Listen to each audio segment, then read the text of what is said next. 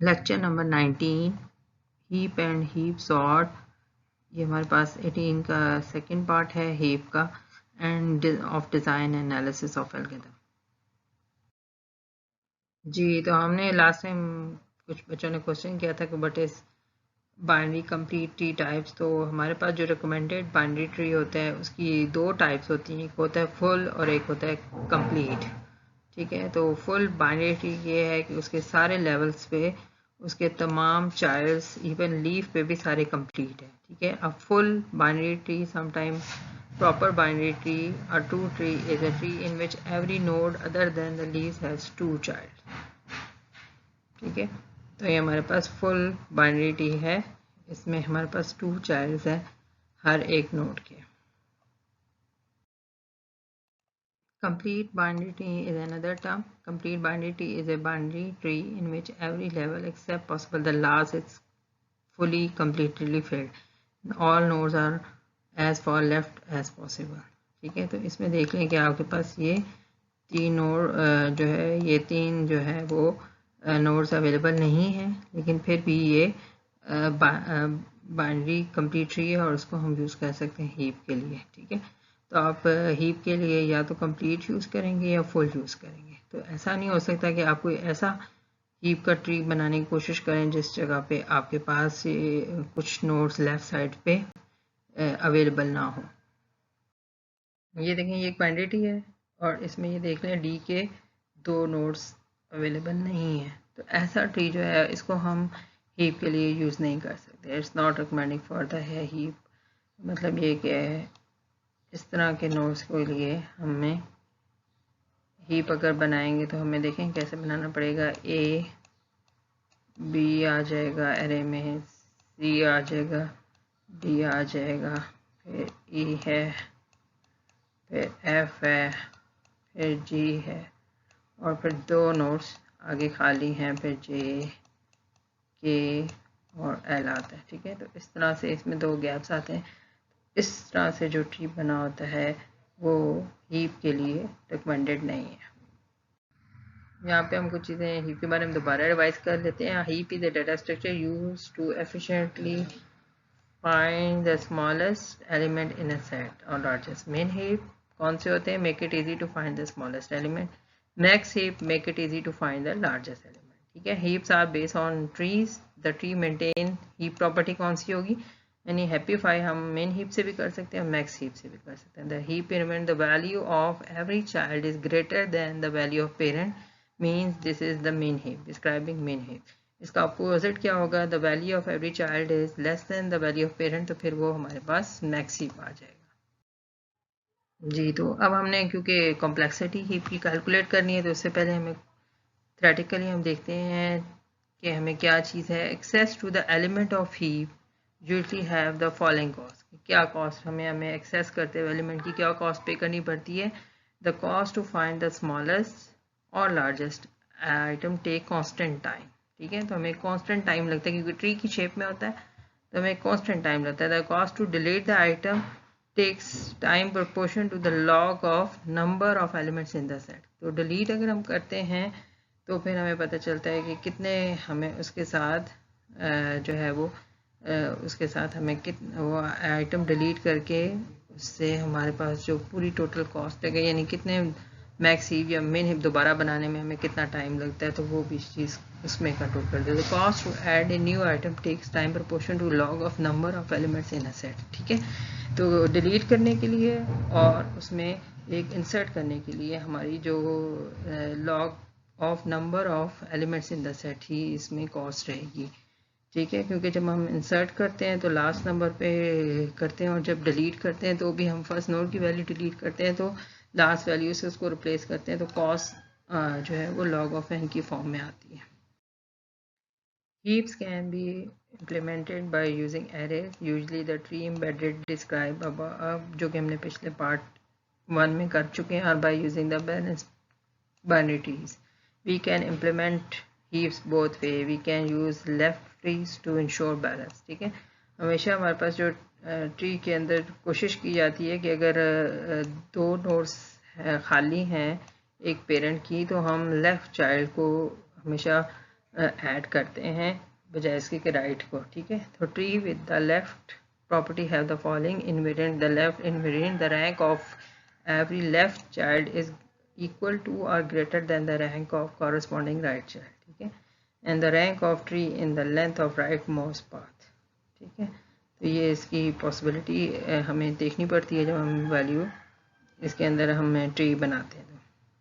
तो जी heap form the basis for an efficient sort है called heap sort that can be cost proportional to n into log of n.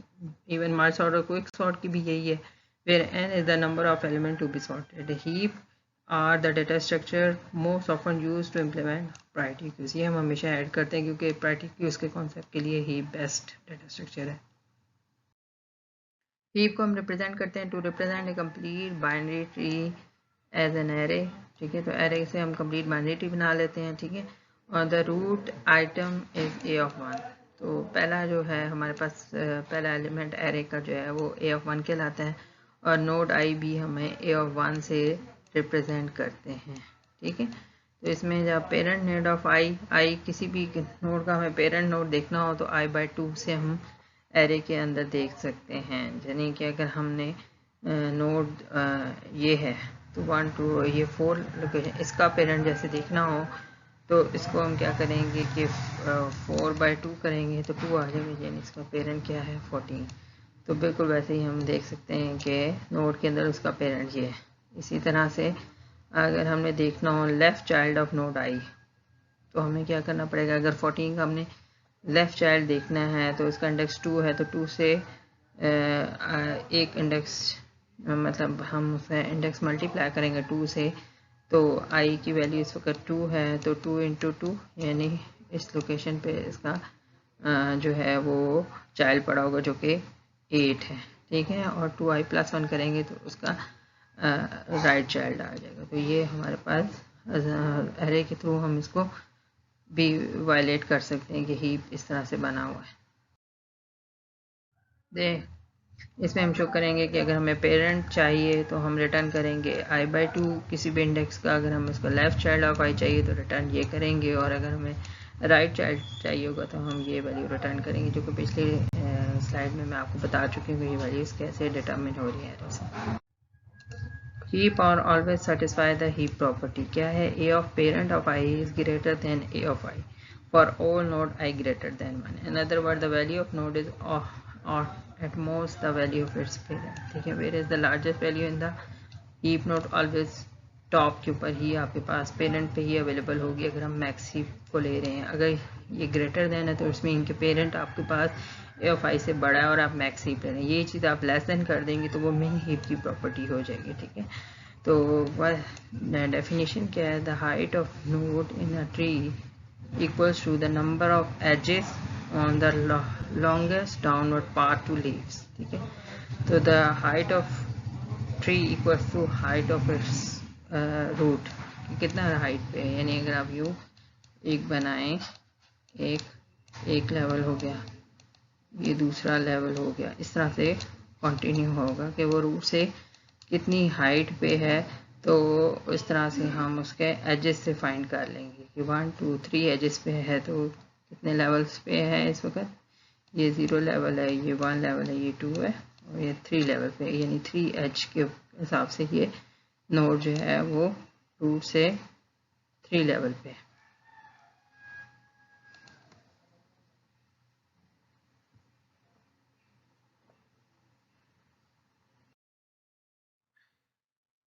यहाँ पे हम देखेंगे कि heap height क्या होगी, what is the height of N elements heap, तो वो क्या हो गया, this is basic heap operation take an most time proportion to the height of the heap. तो यानी जितना वो आपके पास हाइट होगी उतना ही टाइम उसको ऑपरेट करने में लगेगा उस एन आइटम को, जो कि लास्ट आइटम आपके पास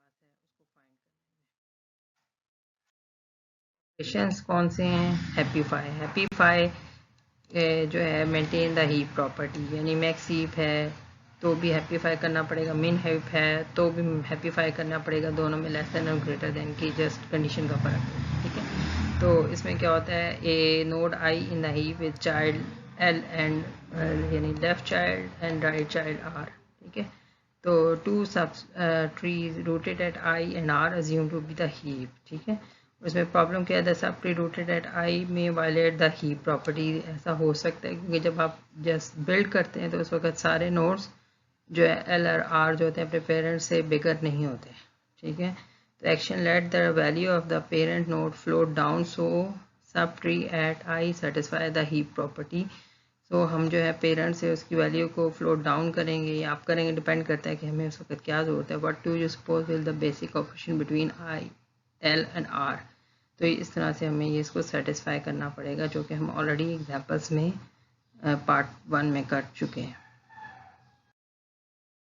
जब हम हैप्पीफाई करते हैं किसी पेरेंट के लिए कॉल करते हैं, सपोज इंडेक्स सपोज हम इस तरह से कर रहे हैं, ठीक है। तो एरे हमने दे दी, एरे के अंदर सारी अरेंजमेंट मौजूद होगी और वो इंडेक्स जिस पे हमने चेक करना है, सपोज वो हमारे पास इस वक्त पेरेंट है। सपोज ये हमारे पास एक आई की वैल्यू है जो कि 1 है और यहाँ पे वो उसने देखना है एक पेरेंट, एक लेफ्ट नोड है एक राइट नोड है। सपोज यहाँ पे 15 पड़ा हुआ है और यहाँ 5 पड़ा हुआ है, इस जगह 7 पड़ा हुआ है, ठीक है। तो क्या होगा, जो आई की वैल्यू है 7, ठीक है, वो आप ऐसा करेंगे कि सपोज कर लेंगे कि वो आपने एल के अंदर शिफ्ट कर दी और राइट के अंदर शिफ्ट कर दी, और बेसिकली हमने ये देखना है कि उससे किससे वो स्वैप करेगा। If L is less than equal to heap size A, अगर वो उसके हीप साइज से लेस दैन इक्वल टू है, एंड ए ऑफ 1, जो ए ऑफ 1 की वैल्यू है वो greater than A of I से है, यानी जो 7 वैल्यू है जो आपके पास इस वक्त 7 वैल्यू है वो ए ऑफ 1 से ग्रेटर है, तो लार्जेस्ट इक्वल टू लेफ्ट।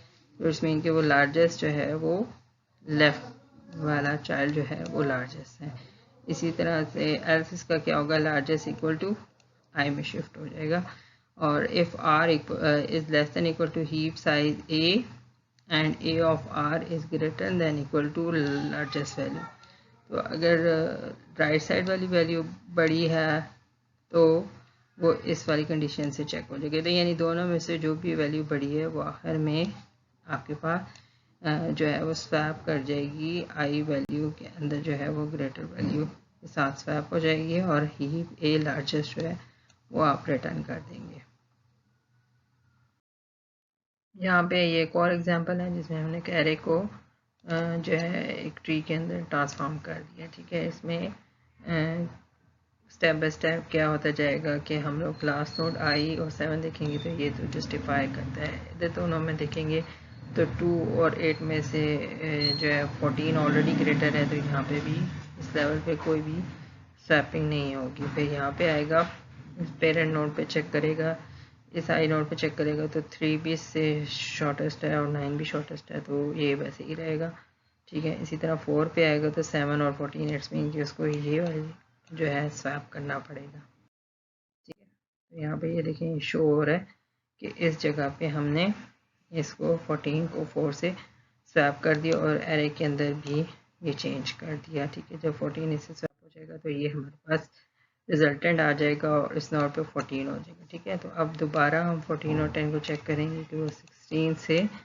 जो है वो जो है लेस होने चाहिए, और दोनों में यही हो रहा है कि 16 ऑलरेडी इन दोनों से ग्रेटर है, तो यहाँ पे हमें कोई चेंज करने की ज़रूरत नहीं है, ठीक है। तो जब हमारे ये अब हम इंटरनल नोड पे जो हमने यहाँ पे चेंज किया था 14 से 4, उससे एक और ही प्रॉपर्टी वायलेट हुई है, वो इस पेरेंट पे हुई है, दोबारा वो चेक करेंगे और 8 को 4 के साथ जो है वो रिप्लेस कर देंगे, तो हैप्पीफाई पे कंप्लीट हो जाएगा। फिर हम देखेंगे कहीं और तो नहीं वायलेट हो रहा, नहीं और कहीं नहीं वायलेट हो रहा, तो ये जी तो हमने यहाँ पे फुल हैप्पीफाई कर दिया है। तो एरे के अंदर भी वो अरेंजमेंट जो है वो 4 की हमारी रिप्लेस हो चुकी है और कोई भी और वायलेट नहीं कर रहा, ठीक है। तो ये हमारे पास पूरी तरह हैप्पीफाई होने के बाद मैक्स ट्री बन चुका है, ये हमारा हो गया। और यही सारा कुछ एरे के अंदर भी अरेंजमेंट जैसे जैसे स्वैपिंग करते हैं एरे के अंदर वो अरेंजमेंट हो जाती है और हर पेरेंट नोड पे हम वो, ठीक है। तो यहाँ पे हम कर रहे हैं analyzing the heapify in formal.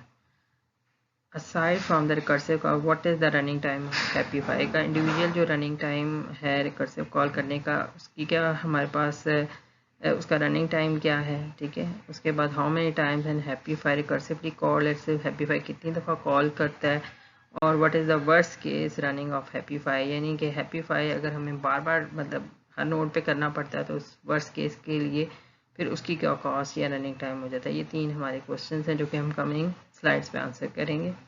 जी, अब हम एनालाइजिंग करने लगे हैप्पीफाई। फॉर्मली क्या होता है, fixing up the relationship between I is the parent, L is the left child and R is the right child takes theta of one time, यानी कि constant time जो है हमें लगता है उसमें relationship constant time है। if the heap at I has n elements, अगर हमारे पास heap के पास I में n element है तो how many item can be subtree at L और R have, ठीक है। तो उसके लिए हमें क्या होता है कि आंसर इसका ये कि 2n/3, यानी कि एक हमारे पास लेफ़्ट बनेगा एक राइट बनेगा, तो हमारे पास लेवल 1/2 जो है यानी 3 नोड्स बनती हैं जो कि 2n/3 बनेगा। So time taken by heapify is given by t of n is less than equal to t 2n/3 plus theta of 1, यानी कि अगर आप एक लेवल भी देखें तो एक बॉटम रो के अंदर आप देखेंगे 2 नोड्स हैं और यहाँ पे 1 नोड है। तो इसको हम किस तरह से हैप्पीफाई को लिखेंगे कि ये t of n is less than equal to 2 of n/3 plus theta of 1, क्योंकि डिपेंड करता है कि यहाँ पे लेफ़्ट चाइल्ड और राइट चाइल्ड में से इसमें कौन सा ग्रेटर है। हो सकता है कि हमें लेफ़्ट साइड मूव करना पड़े, राइट साइड मूव करना पड़े, तो ये हैप्पीफाई करने का ये हमारे पास एक उसकी सब्स्टिट्यूशन की या उसकी मास्टर थ्योरम के लिए ये क्वेश्चन बन जाएगी। यहाँ पे हम जो है उस जो एक्सप्रेशन हमने पीछे हैप्पीफाई का निकाला था उसको अगर मास्टर थ्योरम से करें तो इस जगह पे a की वैल्यू हमारे पास क्या है 1 है, और b की वैल्यू हमारे पास क्या है 3 है, और d की वैल्यू क्या है 0। ये आप पुट करेंगे तो हमारे पास क्या आ जाएगा, केस 2 आ जाएगा कि 1 इक्वल्स टू 3 की पावर 0 होगी तो वो भी 1 होगा, दोनों 1 होंगे तो ये हमारे पास ये केस 2 बनेगा। और केस 2 में जो हमारे पास कॉम्प्लेक्सिटी होती है वो होती है n log ऑफ n, तो इसकी पावर 0 है तो हमारे पास सिर्फ रह जाएगा log ऑफ n, ठीक है। Thus the heapify takes linear time.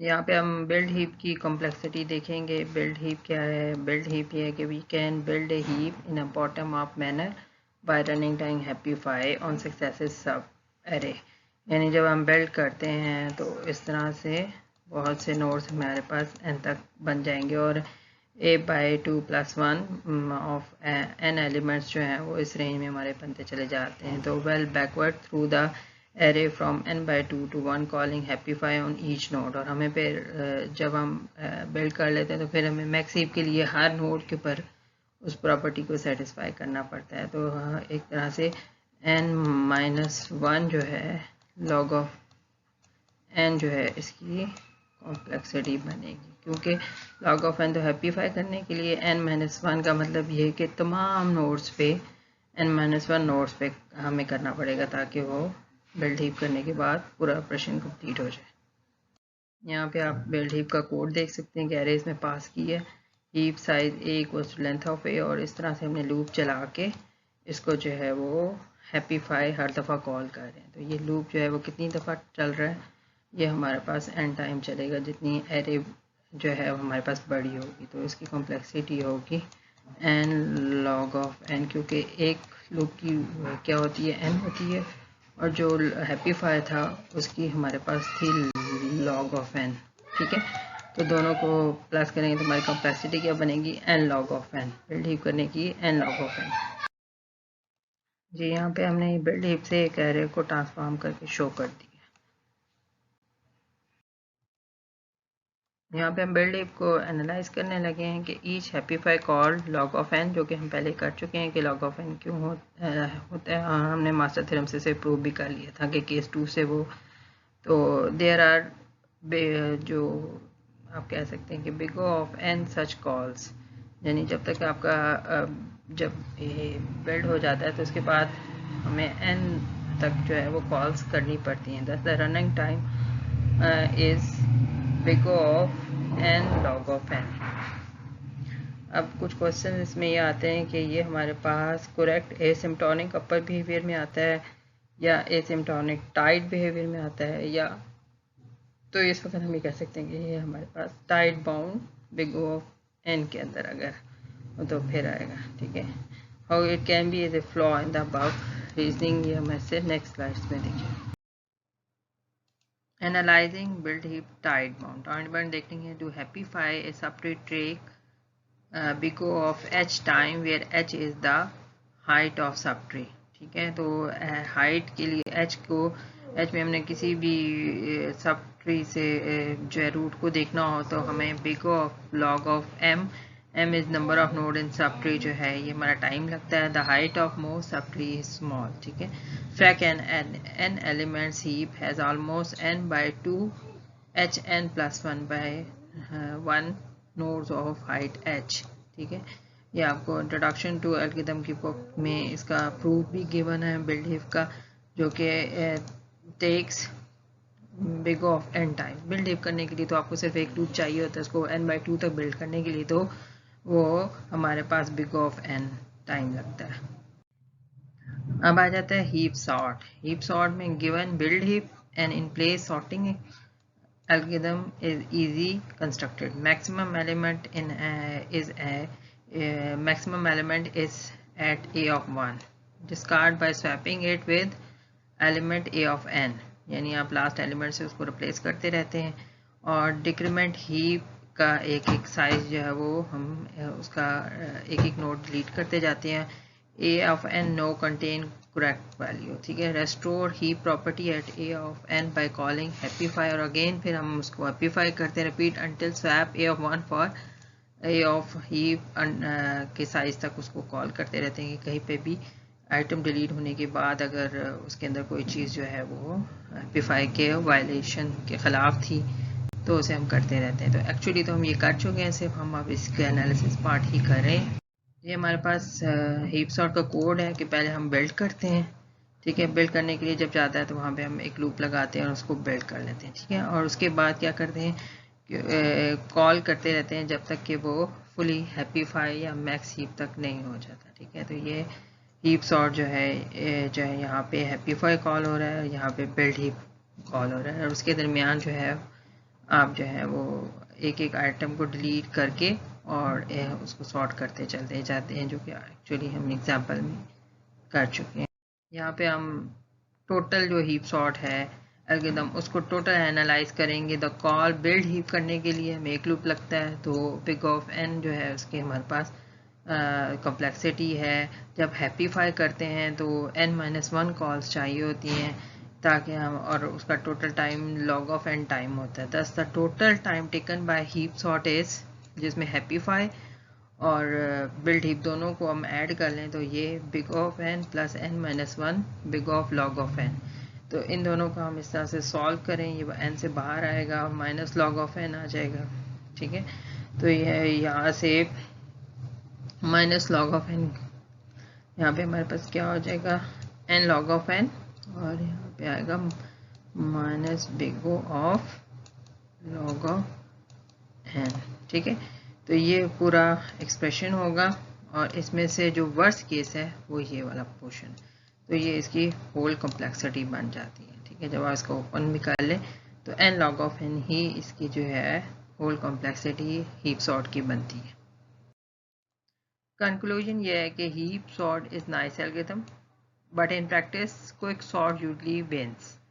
But heap data structure is incredibly useful for implementing priority queues. So this is the conclusion of heap sort. Today after 2 lectures we finished our heap and heap sort lecture.